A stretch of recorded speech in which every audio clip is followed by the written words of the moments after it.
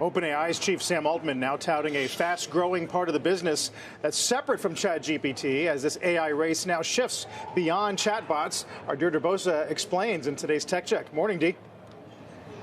Hey, good morning, Carl. So Altman's not the only one talking about this. Google's Gemini has also been growing this metric, and you're going to start hearing a lot more about it. So the metric is API usage, how often the model is being used by enterprise and by developers who are using OpenAI technology to run their own products. So instead of human typing in a prompt, the software talks directly to the API. One system sends a request, the AI sends back an answer. When a company uses an API, the model, that could be ChatGPT or Gemini or Claude, it's running inside. It could be inside enterprise software, drug discovery tools, scientific simulations. It's essentially the back end where AI could really drive breakthroughs. It's also one that could be a whole lot more lucrative for OpenAI and transformative for the industry as a whole.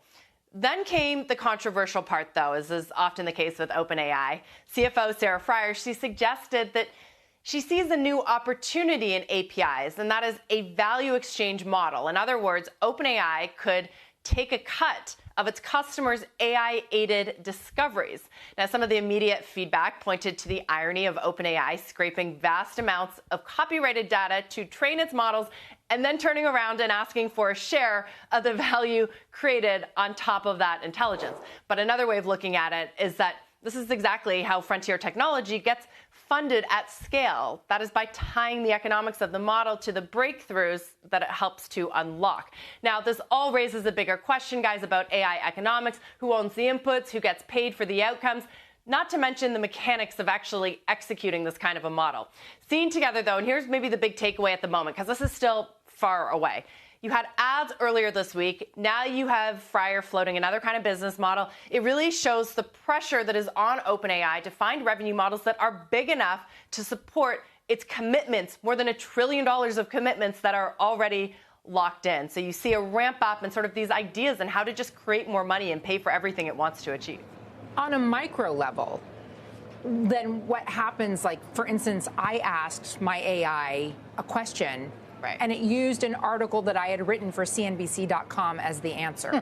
So what, like, who should get a piece of that revenue? That's exactly the irony. Well, that's what many are pointing out, right, is that OpenAI basically scraped the web, all of the articles, everything that was copyrighted, vast amounts of this kind of copyrighted data to build the model, and now it wants to charge people using its model. So, Contessa, you hit the irony exactly. That's why people are kind of upset about the entire idea. But I guess the thinking is like, what's done is done. Where do we go next? If OpenAI models can enable these huge scientific discoveries, that's great, and maybe they deserve more of a cut. But you're not wrong, certainly. For me, it was like a philosophical breakthrough from the heavens. Like, the question you ask, the answer you already know.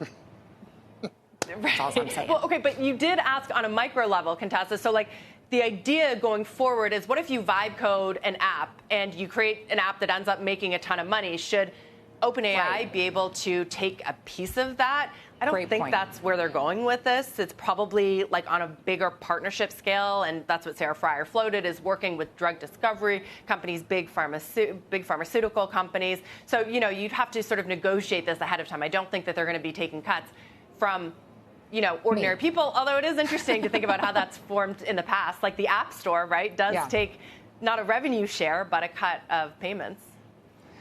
It's all it's a whole new world out there, Deirdre. Thank you so much for joining us today with that Tech Check.